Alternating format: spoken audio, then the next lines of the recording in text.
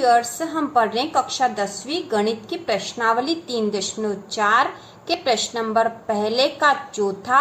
और यहाँ प्रश्न दे रखा है x/2 धन 2y/3 बराबर ऋण 1 और x ऋण y/3 बराबर 3। तो इसे विलोपन विधि से हम हल करेंगे। तो शुरू करते हैं।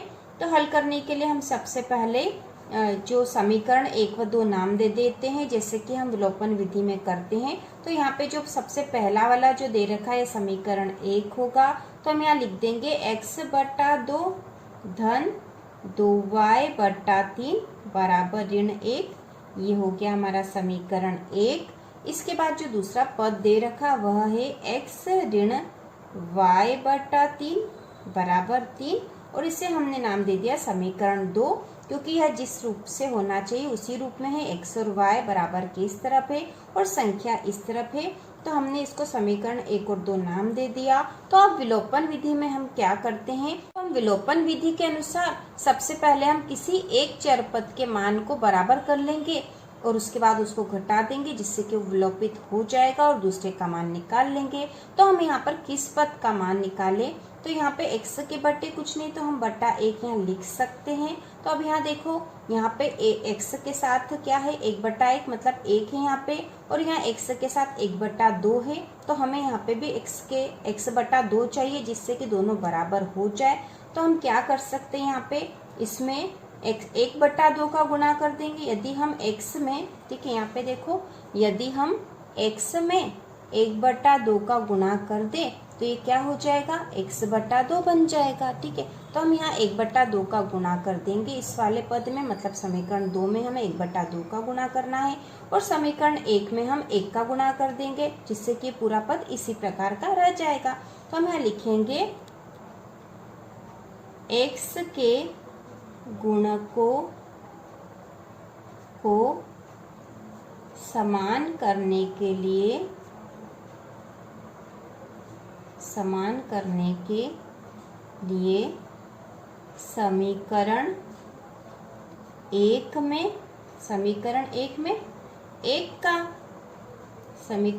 में 1 का गुणा करने पर तथा समीकरण 2 में हम किसका गुणा करेंगे, 1/2 का, क्योंकि हमें x/2 चाहिए। समीकरण 2 में x/2 का गुणा करने पर, और हम 1 और 1/2 का गुणा क्यों कर रहे हैं, क्योंकि हमें यहाँ पर x वाला जो चर है ये दोनों तरफ बराबर चाहिए। तो यहाँ x/2 है और यहाँ x/1 है, तो हमें दोनों ही जगह x/2 ही चाहिए, इसलिए हम ऐसा कर रहे हैं।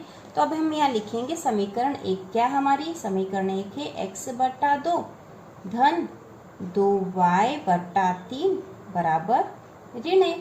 इसमें तो हम 1 का गुणा कर देंगे और समीकरण 2 है x/1 ऋण y/3 बराबर 3 और इसमें हम 1/2 का गुणा कर देंगे।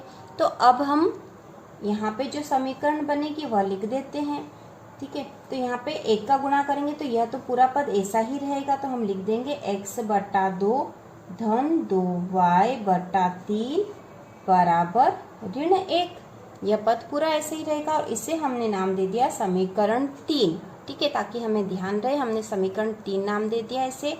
अब देखो यहाँ 1/2 का जो गुणा है इस समीकरण में होगा, तो 1/2 का गुणा सबसे पहले x/1 में होगा, तो इसका गुणा इसमें होगा तो क्या हो जाएगा, 1 का गुणा x में होगा तो x ही रहेगा और 2 का गुणा 1 में होगा तो 2 हो जाएगा, मतलब यहाँ हो जाएगा x/2। ऊपर वाले का गुणा हो जाएगा और नीचे वाले का गुणा हो जाएगा। अब देखो ये धन का है और ये ऋण का, तो धन ऋण हो जाएगा यहाँ पे। अब 1/2 का गुणा y/3 में करेंगे तो 1 का y में गुणा करेंगे तो y ही आ जाएगा, बटे 2 का गुणा 3 में होगा तो 2 तिया 6 हो गया है। अब इसके बाद बराबर, अब 1/2 का गुणा 3 में होगा तो क्या हो जाएगा, 1 का गुणा 3 में होगा तो 3 आ जाएगा, इसके बटे 2 का 2 ही रह जाएगा, मतलब 3 के बट्टे कुछ नहीं तो इसके बट्टे 1 है, तो 2 का 1 में गुणा हुआ तो 2 आ गया। इसको हमने समीकरण 4 नाम दे दिया। तो समीकरण 3 और समीकरण 4 हमें प्राप्त हो गई है। और देखो हमें जो चाहिए था x/2 यहाँ पे भी हो गया और x/2 यहाँ पे भी हो गया। अब हम समीकरण 3 में से समीकरण 4 को घटा देंगे। तो हम लिखेंगे अब समीकरण 3 में से समीकरण 4 को घटाने पर, अब हम समीकरण 3 में से समीकरण 4 को घटा देंगे। तो सबसे पहले लिख लेते हैं समीकरण 3। समीकरण 3 है x/2 धन 2y/3 बराबर ऋण 1। और समीकरण 4 क्या है, x/2 ऋण y/6 बराबर 3/2। तो जब हमें पता है कि जब हम इस प्रकार से जब घटाते हैं तो जो नीचे वाला पद है उसके चिन्ह बदल जाते हैं। तो देखो अब यहाँ पर हम नीचे वाले जो पद में जो भी पद हैं उनके हम चिन्ह बदल देंगे। तो ये जो धन का है ये ऋण का हो जाएगा, ऋण के स्थान पर धन का है, और ये धन का है तो ऋण का हो गया, क्योंकि इसके आगे कोई चिन्ह नहीं, मतलब ये धन का है तो इसको हमने ऋण बना दिया है, क्योंकि हम घटा रहे हैं और घटाओं में यहाँ चिन्ह बदलते हैं। अब हम x/2 और x/2, ठीक है, ये धन का और ऋण का, तो ये आपस में कट जाएंगे। इस प्रकार से पद विलोपित हो गया है। अब यहाँ 2y/3 है और यहाँ पे है धन y/6। तो अब इसको हमें तो जोड़ना है। तो देखो इसको कैसा जोड़ेंगे। तो यहाँ पे 2y/3 है और ये धन का y/6, मतलब ये दोनों पद जुड़ेंगे। तो इनको जोड़ने के लिए हम क्या करेंगे, इनको जोड़ लेते हैं पहले रफ में। तो यहाँ पे दे रखा है 2y/3, ठीक है, 2y/3 और धन, क्योंकि ऋण का था और इसका चिन्ह बदल गया, धन क्या हो गया है, और ये है y/6, इन दोनों को जोड़ देंगे तो कितना मान आएगा। तो इसको जोड़ने के लिए हम क्या करेंगे, इसका हमें एलसीएम निकालना पड़ेगा। इस प्रकार से जब हम जोड़ते हैं तो हमें एलसीएम निकालना पड़ता है। तो यहाँ पे 3 और 6 का एलसीएम निकालेंगे। तो 3 और 6 का एलसीएम इस प्रकार से निकालते हैं।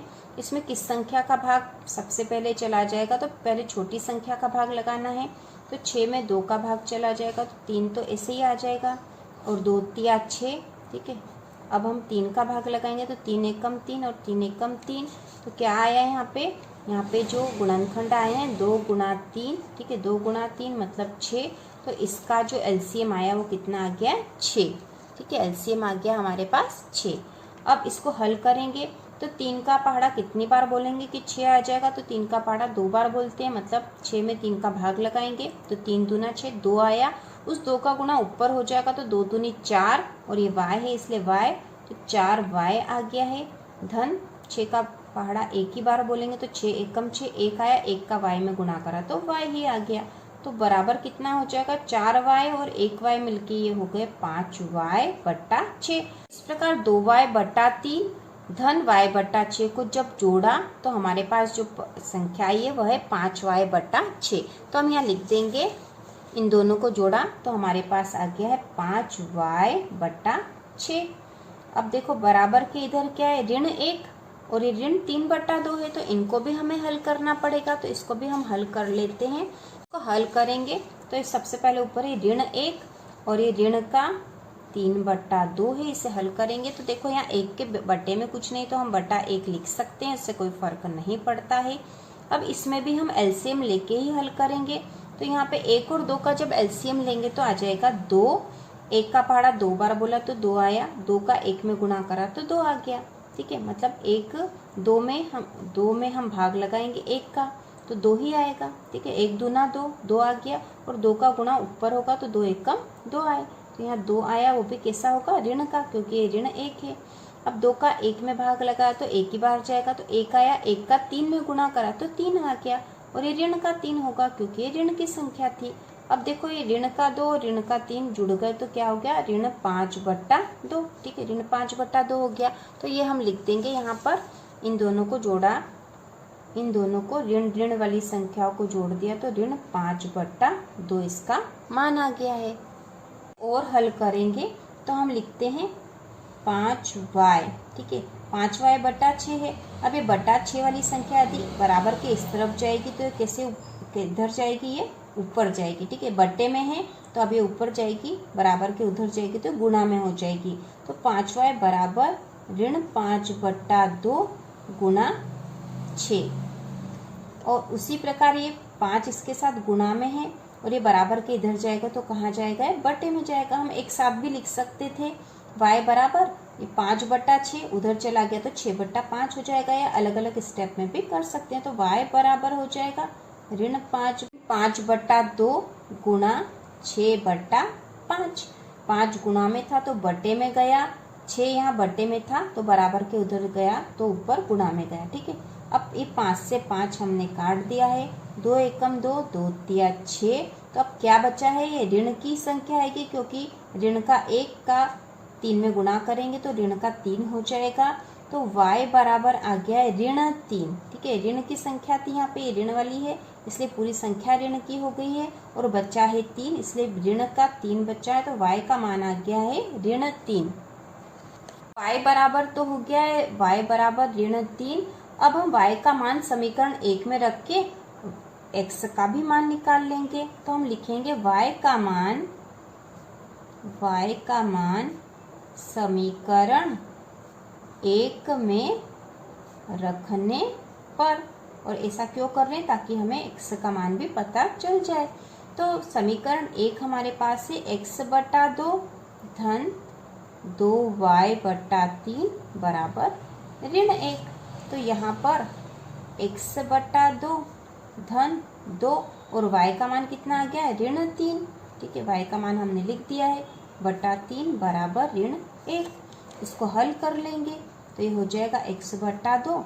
अब देखो 2 का गुणा, ये धन वाली है, धन ऋण ऋण हो जाएगा। ठीक है, धन और ये ऋण आ गया, क्योंकि पूरी संख्या ऋण की हो जाएगी। 2 का गुणा 3 में होगा तो 2 तिया 6, और वो भी ऋण के होंगे। ऋण का धन में गुणा करेंगे तो ऋण ही आएगा। तो हम यहाँ लिखेंगे ऋण 6/3 बराबर ऋण का 1 है ही सही यहाँ पर। अब देखो इसको हल करेंगे, हमें x का मान चाहिए तो x वाले पद को इधर रख देते हैं, बराबर -1। ये ऋण 6/3 बराबर के उधर जाएगा तो धन का हो जाएगा। तो हम यहाँ लिख देंगे धन 6/3। इसको हल करेंगे तो इस प्रकार की जो संख्या आती तो एलसीएम से हल होती है। तो इसके बटे कुछ नहीं तो /1 लिख दिया हमने, x/2 बराबर। अब इसका एलसीएम लेंगे तो बटे संख्या क्या, बटे में संख्या कौन कौन सी, 1 है और 3 है। तो इसका एलसीएम लेंगे तो कितना आ जाएगा, 3 आ जाएगा। अब 1 का पहाड़ा 3 बार बोलेंगे या 1 का भाग 3 में लगाएंगे तो 3 बार ही जाएगा, तो और 3 का 1 में गुणा हो जाएगा। ठीक है, 1 का पहाड़ा 3 बार बोला तो 3 आया। अब 3 जो है उसका 1 में गुणा हुआ तो 3 ही आएगा, 3 एकम 3 ही हो जाएगा। तो ये ऋण का 3, क्योंकि ऋण वाली संख्या है तो ये ऋण के 3। अब 3 एकम 3, 1 आया, 1 का 6 में गुणा करा तो 6 ही आएगा, धन 6। तो ऋण 3 धन 6/3। अब यहाँ पे इसको और हल कर लेंगे तो 6 में से 3 घटा देंगे, क्योंकि धन ऋण ऋण होगा, घटेगा। ये 6 में से 3 घटाएंगे तो 3 बचेगा, और इस पे चिन्ह कौन सा होगा, बड़ी संख्या का। तो बड़ी संख्या धन वाली है तो धन के 3 है ये, इसके बटे 3 आ जाएगा। अब 3/3 हो गया है यहाँ पे, तो 3 एकम 3, 3 एकम 3, 3 से 3 कट गया है।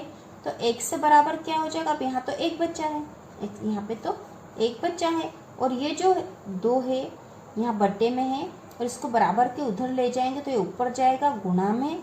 ठीक है, तो x बराबर हो गया 2। तो x का मान हमारे पास आ गया 2। तो इस प्रकार ये आंसर हो गया है, आंसर x बराबर 2, y बराबर -3। तो इस प्रकार हमने प्रश्न नंबर 4 भी कर लिया है। प्रश्न नंबर 1 का 4 है यह। और इसी प्रकार के और वीडियो देखने के लिए कक्षा 9वीं और 10वीं की संपूर्ण तैयारी के लिए चैनल को सब्सक्राइब कीजिए।